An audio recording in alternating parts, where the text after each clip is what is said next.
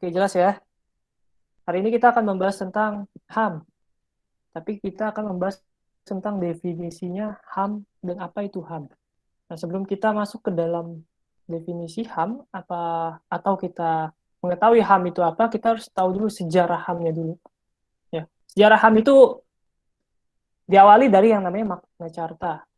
Ya, jadi Magna Carta ini dicetuskan dikarenakan adanya konflik yang terjadi antara Raja John yang ada di Inggris, ya, karena dia melakukan suatu tindakan yang sewenang-wenang terhadap rakyat dan bangsawannya. Akibat dari kesewenang-wenangannya Raja John ini mengakibatkan timbulnya pemberontakan dari para baron, sehingga terjadi suatu perjanjian antara Raja John dan para baron yang dikenal dengan Magna Carta.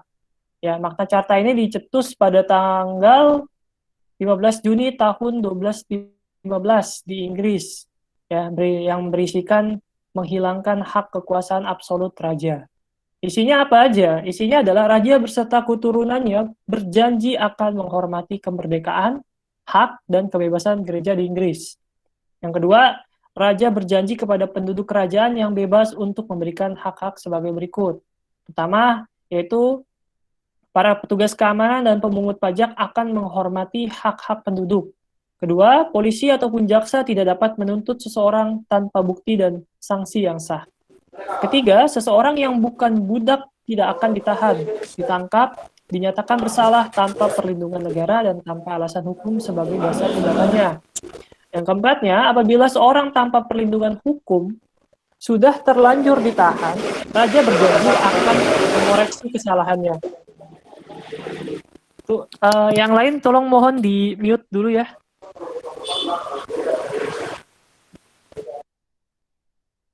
Oke, saya lanjut.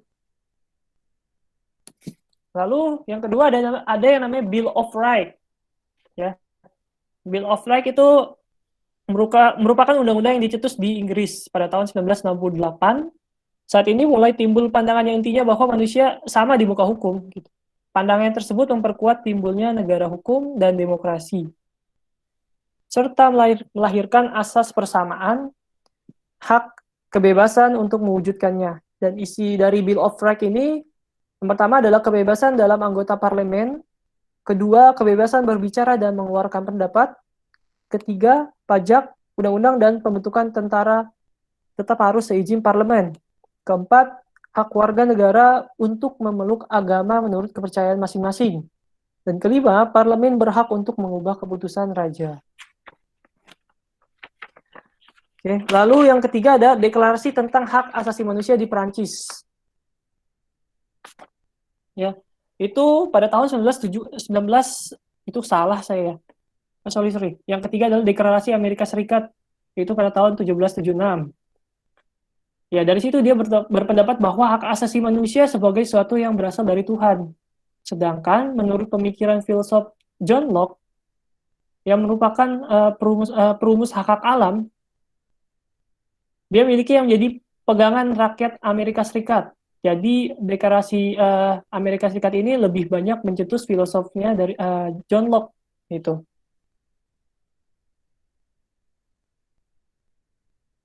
Pemikiran John Locke mengenal hak-hak dasar terlihat jelas dalam Deklarasi Amerika Serikat, amanat Presiden Franklin Roosevelt tentang 4 kebebasan yang diucapkannya di depan Kongres Amerika Serikat tanggal 16 Januari 1941, yaitu, nah,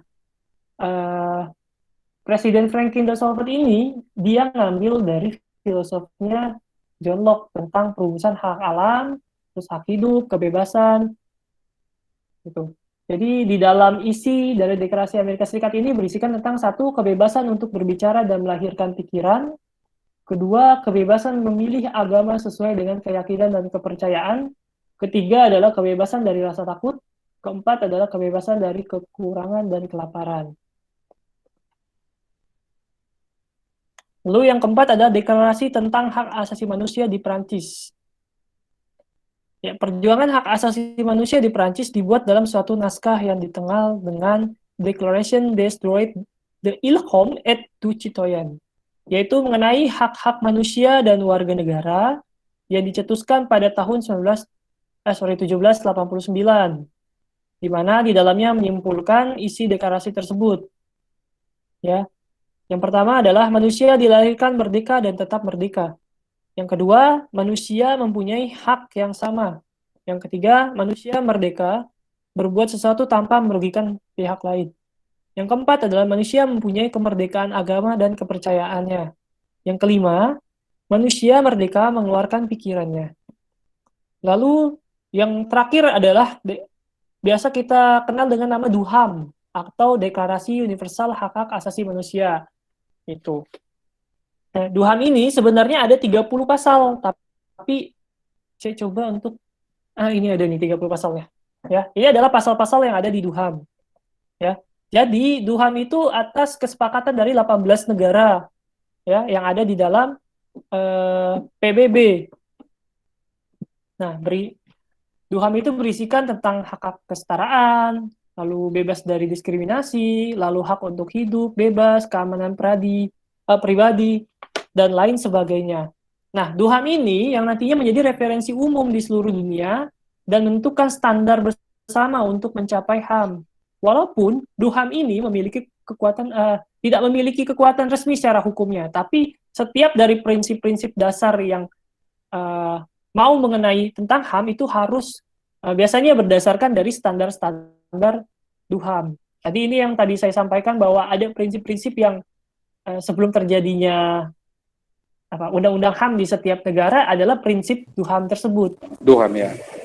Ya. Ini perlu saya bacain satu-satu atau bisa dibaca sendiri? Baca sendiri aja, Pak. Biar nggak capek, Pak. Oke. Baca sendiri aja ya, bentar ya. Ya Pak, biar kita baca sendiri aja nanti Pak. Semoga slide-nya nanti dibagi ini ya, Pak. Pasal-pasalnya. Boleh. Nanti saya bagi. Oke. Nah, sedangkan di Indonesia, HAM didefinisikan dalam Piagam HAM yang diatur dalam Undang-Undang Nomor 39 Tahun 1999. Nah, di Indonesia pun sama mengikutinya di prinsip-prinsip HAM juga. Jadi di Indonesia mengenai HAM itu harus berdasarkan DUHAM, lalu Undang-Undang Dasar 1945, lalu Pancasila, dan juga Piagam Perserikatan Bangsa-Bangsa.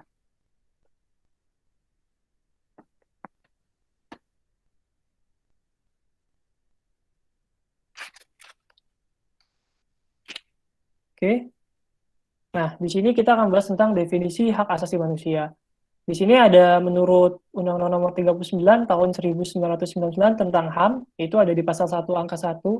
Hak asasi manusia adalah seperangkat hak yang melekat pada hakikat dan keberadaan manusia sebagai makhluk Tuhan yang Maha Kuasa dan merupakan anugerahnya yang wajib dihormati, dijunjung tinggi, dan dilindungi oleh negara, hukum, pemerintah, dan setiap orang, demi kehormatan serta perlindungan harkat dan martabat manusia. Lalu di sini ada menurut pendapat Morjono Roksodiputro, hak-hak yang melekat pada manusia, HAM adalah hak-hak yang melekat pada manusia, sehingga tanpa hak itu manusia tidak akan punya martabat sebagai manusia. Lalu lanjut, menurut Sotadio Wiknojosobroto, nah, menurut beliau, HAM adalah hak-hak yang mendasar atau fundamental yang diakui secara universal sebagai hak-hak yang melekat pada manusia, karena hakikat dan kodratnya sebagai manusia. Ya, lalu menurut Muladi, HAM adalah hak yang melekat secara alamiah pada diri manusia sejak lahir, dan tanpa hak tersebut, manusia tidak dapat tumbuh dan berkembang sebagai manusia yang utuh. Lalu menurut Miriam Budiarjo, HAM adalah hak yang dimiliki manusia yang telah diperoleh dan dibawanya bersama dengan kelahiran atau kehadirannya di dalam kehidupan masyarakat. Nah, menurut Miriam Budiarjo ini yang bakal menjawab dari pertanyaan apakah janin memiliki hak atau HAM. Ya, kan biasanya suka ada pertanyaan ya, apakah janin juga memiliki HAM, Pak? Tuh, maka saya jawab pendapat Miriam Budiarjo itu bisa menjawab pertanyaan-pertanyaan hal tersebut gitu. Lalu menurut Kofi Annan, HAM adalah ekspresi dari toleran yang bisa ditemui di semua kebudayaan dan merupakan dasar bagi perdamaian dan kemajuan.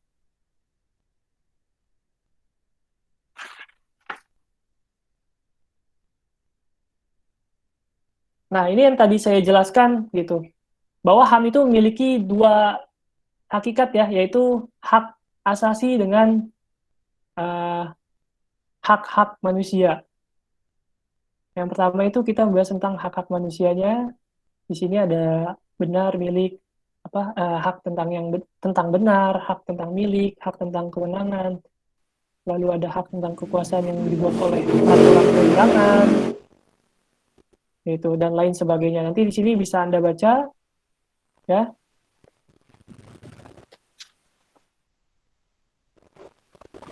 Ini adalah contoh-contoh hak-hak yang dalam perundang-undangan itu apa saja, ada di pasal 27 ayat 2, tiap-tiap warga negara berhak atas pekerjaan dan penghidupan yang layak bagi kemanusiaan. Lalu pasal 27 ayat 3, setiap warga negara berhak dan wajib ikut serta dalam upaya pembelaan negara. Ya, kalau dilihat dari pasal-pasal berikut ini, ya, contoh-contoh hak dalam peraturan dalam perundang-undangan. Ya, kita bisa lihat nanti, saya coba kirim.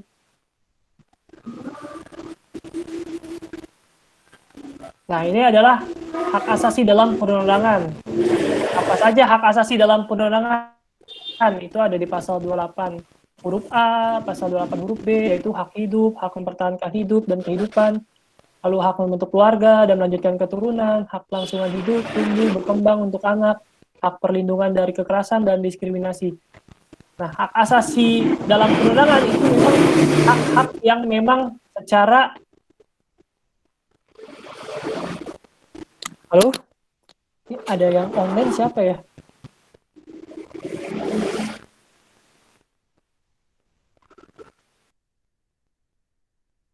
Oke. Hak-hak asasi dalam perundangan itu biasanya adalah hak-hak yang memang kodrati gitu. Jadi hak yang memang sudah ada dalam kehidupan kita sebelum kita lahir yang sudah diberikan oleh Allah atau Tuhan Yang Maha Esa.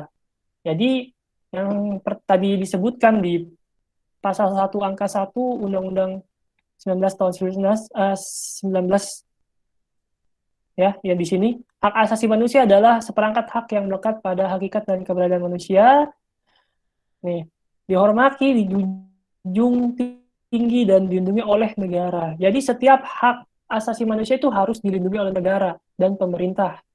Jadi kalau kita lihat dari contoh-contoh hak asasi manusia dalam perundangan, maka kita akan lihat bahwa negara melindungi setiap hak asasi tersebut.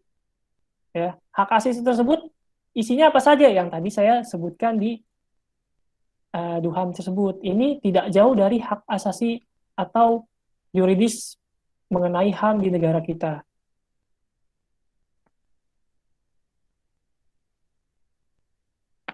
Lalu ada karakteristik sifat dasar HAM, yaitu melekat. HAM dimiliki karena kodrat atau martabat sebagai manusia. HAM tidak diberikan, tidak bisa dibeli, tidak bisa diwariskan, dan tidak diperoleh dengan jalan apapun. Karena HAM itu memang kodrati atau memang sudah dimiliki oleh setiap manusia dan hanya diberikan oleh Tuhan Yang Maha Esa atau Allah Subhanahu wa Ta'ala. Lalu yang kedua adalah universal. HAM berlaku untuk semua orang di seluruh dunia, karena HAM merupakan prinsip-prinsip yang diterima secara umum tanpa pengaruh dari suku, ras, jenis, kelamin, agama, dan lain-lain. HAM itu tidak dapat dicabut, HAM tidak bisa diingkari, merupakan milik semua manusia sejak lahir. Lalu HAM itu juga tidak dapat dibagi antara satu hak asasi dengan hak asasi lainnya, saling berkaitan satu sama lain, tidak dapat dibagi atau dipisahkan.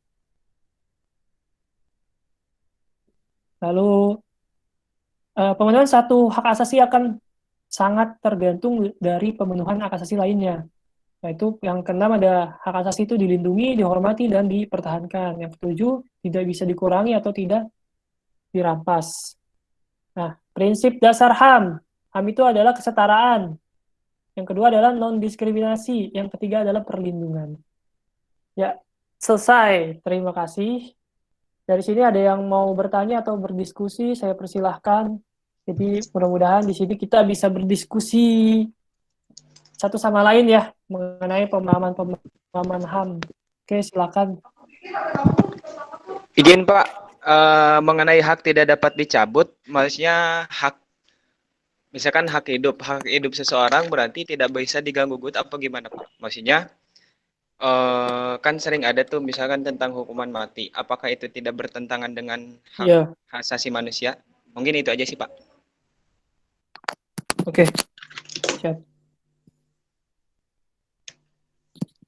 Ya, kalau kita berbicara tentang hukuman mati, maka benar nggak sih dia melanggar HAM gitu. Kalau tadi kita sampaikan ya di dalam sini bahwa HAM itu tidak dapat dicabut gitu kan, ya kan? Karena dia melekat di dalam setiap manusia gitu. Lalu hak-hak apa saja gitu?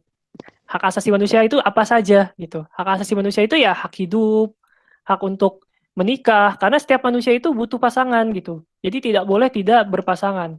Jadi hukuman mati itu apa ya? Kalau kita bisa bilang itu adalah pelanggaran HAM juga gitu. Ya. Akan tetapi kita lihat juga gitu. Karena setiap yang melakukan kejahatan berarti dia juga telah melakukan satu pelanggaran hak gitu terhadap orang lain.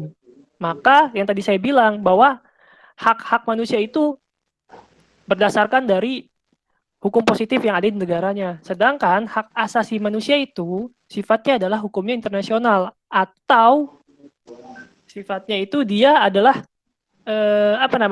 luas gitu. Maksudnya tidak hanya di satu negara saja. Nah, karena di negara kita memang ada yang namanya hukuman sanksinya adalah hukuman mati, maka mau tidak mau kita juga harus melaksanakan hal tersebut karena ada positif hukumnya di situ gitu. Jadi kalau kita belajar tentang apa itu yang namanya hukum di negara kita itu hukum yang seperti apa sih gitu. Ya kan? Waktu pas semester 1 kita tanya seperti itu kan. Hukum di negara kita itu yang seperti apa sih, ya kan? Lalu dosen itu menjawab kan, hukum di negara kita itu bentuknya adalah kodifikasi, ya kan? Kodifikasi itu yang dibutuhkan, ya kan? Hukum negara kita itu normatif gitu, yaitu yang tertulis. Jadi apapun yang tertulis di dalam peraturan perundang-undangan maka harus dilakukan itu. Nah, tadi kan saya bilang bahwa hukum itu mengikat hak asasi manusia dan juga melindungi hak asasi manusia. Maksudnya adalah ya hukum itu sebenarnya adalah dua pisau gitu, dua mata pisau yang tugasnya adalah melindungi dan juga dia tuh menutup hak asasi manusia juga gitu. Jadi kalau kita pertanyakan tentang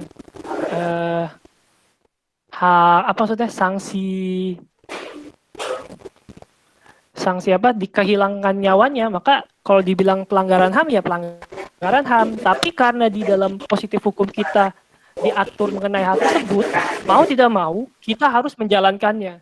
Makanya banyak kan yang terpidana hukuman mati tetap divonis hukuman mati. Karena kenapa? Karena di negara kita ya legism, apa yang tertulis maka harus dilakukan gitu. Jadi tidak boleh tidak dilakukan gitu. Karena sudah tertulis maka harus dijalankan gitu. Ya. Gitu. Kalau itu jawaban saya. Kalau dibilang itu pelanggaran karena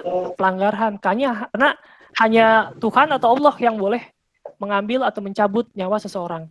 Tuh. Tapi orang itu tidak diperbolehkan untuk mengambil nyawa orang lain. Oke, tadi siapa yang bertanya? Muhammad Ilham Pak. Pak, Berarti Pak, saya ingin bertanya hak Pak. asasi manusia itu maksudnya secara prakteknya dibatasi oleh legalitas di setiap negara gitu Pak. Siap, benar sekali. Ya. Oke, terima kasih Pak, izin bertanya Pak. Ya, silakan. Namanya siapa? Pak Aditya Pertama Pak. Oke. Ini Pak, saya pernah dengar Pak Mahfud MD pernah menyatakan tidak segala sesuatu suatu pelanggaran itu bisa dikatakan pelanggaran HAM ya Pak. Contohnya kan pelanggaran HAM itu hak untuk hidup, ya kan, hak untuk bahagia gitu Pak ya. Nah kalau seseorang dibunuh atau enggak dirampok itu kan melanggar HAM Pak sebenarnya. Nah tapi nggak bisa dikatakan dimasukkan dalam pasal pelanggaran HAM karena tertera sendiri di pelanggaran hukum pidana kan begitu Pak. Ya. Nah, pertanyaan saya, apa sih Pak batasan-batasan HAM itu sama pidana itu? Padahal kan tindakan pidana itu suatu hal yang melanggar HAM. Kenapa Ya, tidak dijadikan itu pelanggaran suatu HAM gitu Pak? Kenapa malah ke pidana? Apa sih Pak poin-poinnya yang membuat dia mengarah ke pidana gitu Pak? Makasih Pak. oke, siap. Jadi gini Mas, kalau di kita kan sudah ada aturannya ya, gitu. Mana yang bisa dikatakan pelanggaran HAM gitu. Misalnya nih, tadi yang Mas bilang tuh ada pembunuhan, terus kenapa masuknya ke ranahnya ranah pidana, dan kalau ranah pidana berarti kan KUHP ya kan? Di situ ada dasar hukumnya gitu, yang mengatur mengenai masalah pembunuhan. Lalu kenapa tidak dimasukkan ke dalam HAM gitu? Ya kalau misalnya dia terbukti bersalah, ya maka bukan ada pelanggaran HAM, tapi jika di dalam prosesnya terjadi yang namanya misalnya pelaku tidak didampingi oleh apa namanya oleh pengacara gitu. Nah itu ada pelanggaran HAM yang dilakukan karena setiap pelaku diperbolehkan untuk mendapatkan pendamping hukum. Nah misalnya ini siapa sih? Izin Pak, suara nggak jelas kedengarannya Pak. Iya ini ada yang aktif mikrofonnya soalnya. Sudah jelas? Ya sudah Pak. Sudah Pak, bisa Ya. lanjut Pak. Oke, saya lanjut ya. Jadi misalnya nih ya kan, karena kan sudah ada tadi yuridisnya ya, yaitu di KUHP ya kan.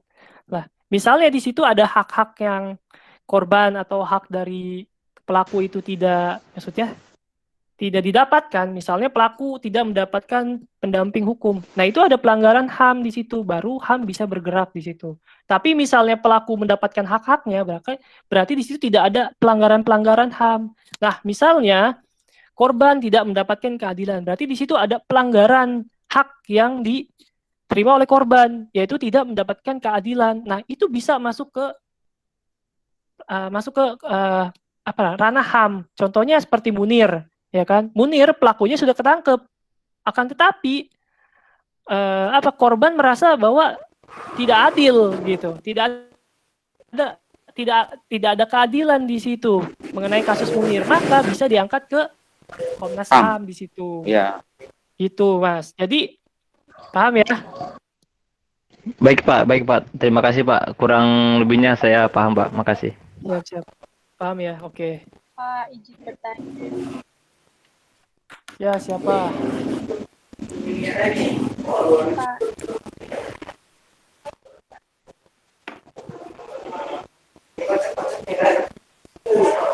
Siapa yang bertanya? ya Pak, saya Nadini. Oke. Kan HAM itu kan hak yang udah didapat dari sebelum hak yang didapat sejak dalam masih kandungan kan Pak. Ya. Itu tapi ada beberapa hukum adat di Indonesia di beberapa daerah itu melanggar HAM. Contohnya salah satunya dari NTT yang hukum adat Sifon kalau nggak salah, Pak. Nah itu gimana ya Pak?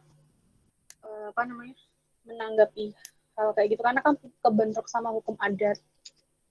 Ya. Pak. Oke. Jadi di Indonesia itu norma kalau dalam adat istiadat itu norma tertinggi ya bagi mereka ya gitu. Jadi terkadang polisi aja masih belum bisa masuk ke dalam hal tersebut gitu. Karena memang belum ada tuh yuridisnya yang mengatur masalah-masalah seperti itu. Walaupun itu ada pelanggaran HAM-nya, akan tetapi jika memang korbannya merasa bahwa ya fine-fine saja, maka ya tidak ada pelanggaran HAM di situ. Walaupun kita merasa bahwa ada pelanggaran HAM di situ, gitu. Tapi kalau kita masuk konteksnya adalah perdata atau hukum adat itu hukum adat ya. Berarti itu untuk sulit untuk untuk kita sentuh itu sulit di sana gitu. Karena yuridisnya pun belum ada yang mengatur masalah hal tersebut gitu, ya. Kecuali di sana memang HAM-nya itu memang benar-benar berat sekali gitu. Misalnya orang itu tidak memiliki nilai kehidupan sama sekali. Dan di situ ada yang namanya perbudakan. Nah, itu mungkin masih bisa negara untuk turun tangan. Karena setiap masyarakat atau setiap orang yang ada di dalam negara memiliki hak-hak yang harus dilindungi oleh negara. Nah, jika di dalam adat istiadat tersebut ada yang melanggar dari yuridis yang sudah ditentukan oleh negara, negara bisa turun tangan. Tapi jika tidak, maka negara tidak bisa untuk turun tangan. Seperti itu. Misalkan gini Pak, kan dalam kasus hukum adat yang di NTT ini, hukum adat Sifon ini kan objeknya adalah perempuan. Iya. Semisalkan salah satu masyarakatnya itu merasa bahwa oh ya ini nggak bisa nih, maksudnya diikutin kayak gini karena merasa melanggar ya hak asasinya dia gitu kan Pak. Terus itu dia misalkan nih masuknya itu delik aduan atau bagaimana? Maksudnya harus diadukan dulu baru negara bisa bertindak atau bagaimana Pak? Iya. Jadi tergantung ya, misalnya nih kasusnya apa, pidana apa perdata gitu. Kalau pidana kan ada dua ya, delik aduan atau delik laporan ya. Delik laporan biasanya polisi yang langsung melihat kejadian dan situasi tersebut. Nah itu bisa langsung polisi tindak. Kalau delik aduan, ya maka kita harus melakukan satu pengaduan dulu. Nah makanya di adat istiadat ini kita harus lihat dulu gini, maksudnya kejahatannya apa gitu. Misalnya kejahatannya apa, misalnya kejahatannya tuh? Enggak, ya yang di hukum adat Sifon ini tuh jadi misalkan kan objeknya laki-laki sama perempuan nih Pak. Nah, di salah satu di daerah itu laki-laki ketika dia sudah melakukan sunat diharuskan untuk melakukan hubungan seksual dengan perempuan. Dan perempuannya itu kayak ya udah bebas gitu milihnya. Terserah gitu. Ini kan hak asasi perempuan itu sendiri kan Pak. Iya. Misalkan contoh saya gitu kan, merasa keberatan dengan hukum adat saya kayak gitu kan. Terus saya mesti melakukan aduan, maksudnya itu berarti masuk ke pidana kan Pak? Ya. Nah, itu maksudnya saya itu masuknya ke delik aduan, saya harus mengadukan, baru pemerintah turun tangan atau walaupun saya misalkan harus ngelapor ya ngelapor kemana gitu. Karena kan itu posisinya hukum adat nih Pak, hukum tertinggi di daerah itu kan. Jadi gitu. Jadi harus gimana gitu. Tadi seperti yang saya sampaikan ya, kalau hukum adat itu emang masih susah untuk kita sentuh ya, apalagi oleh pemerintah atau negara ya untuk disentuh gitu kan. Karena memang itu yang paling diprioritaskan tertinggi hukumnya oleh setiap adat masing-masing ya. Nah, tapi kalau misalnya gini loh, kalau kita ambil konteksnya seperti ini, jika dia tidak menginginkan hal tersebut, misalnya wanitanya tidak menginginkan hal tersebut gitu, ya kan? Misalnya dia merasa bahwa dengan melakukan hal ini, berarti saya merasa bahwa diri saya tuh dilecehkan di situ. Nah, masuk kasus kan pelecehan, ya kan? Nah, misalnya dia mau untuk mengesampingkan hukum adatnya. Nah, bisa masuk ke dalam pidana, yaitu bisa masuk pelaporan ke kepolisian. Nah, itu bukti-buktinya apa saja? Ya, bukti yang ada atau dimiliki oleh perempuan tersebut. Misalnya dia sudah diperkosa gitu kan. Maaf saja gitu misalnya. Ya, berarti kan harus melakukan visum. Visum itu kan tidak boleh lebih dari sehari. Kalau sehari dia hilang bukti visumnya, ya kan? Maka harus divisum pada hari tersebut. Buktinya apa saja lagi? Misalnya ada apa ya? Maaf ya. Misalnya ada spermanya atau dan lain sebagainya. Itu juga bisa dijadikan bukti di situ. Itu. Tapi di situ mau tidak mau adatnya harus dikesampingkan dan itu harus dari pengakuan korbannya gitu. Tidak bisa tiba-tiba negara ikut campur di dalam hal itu. Jadi harus dianya yang keluar. Tapi tidak boleh negara yang tiba-tiba masuk ke dalamnya. Kecuali memang ada hak dari warga negaranya yang memang terasa terancam di dalam situ. Maka negara dan pemerintah bisa ambil bagian untuk mengatasi masalah tersebut. Itu. Tapi kalau memang di situ masih ada tindakan dari korbannya, maka bisa diselesaikan sendiri tanpa ada ikut campur dari negara. Tapi harus ada pemikiran untuk mengesampingkan hukum adatnya. Itu. Atau melakukan mediasi ya Pak? Biasanya atau melakukan mediasi terlebih dahulu atau bagaimana? Iya. Nggak bisa, kalau pemerkosaan nggak bisa mediasi. Kita langsung bikin laporan. Gitu. Ya, langsung melakukan pelaporan di kepolisian. Nah itu nanti diterima atau tidaknya itu kembali lagi ke pihak kepolisiannya. Pak. Ya, sama-sama. Ada yang mau ditanyakan? Bu, ini. Ya, Bu izin. Ida, silakan. Pak, kebiri itu termasuk pelanggaran HAM nggak, Pak? Kebiri sebenarnya pelanggaran HAM ya. Karena gini loh, setiap orang itu harus tadi ya, merdeka dalam hal ya satu itu menikah, lalu kita merdeka dalam hal reproduksi juga. Itu sebenarnya ya pelanggaran HAM juga, Bu. Akan tetapi kebiri itu kan penyakit ya, gitu.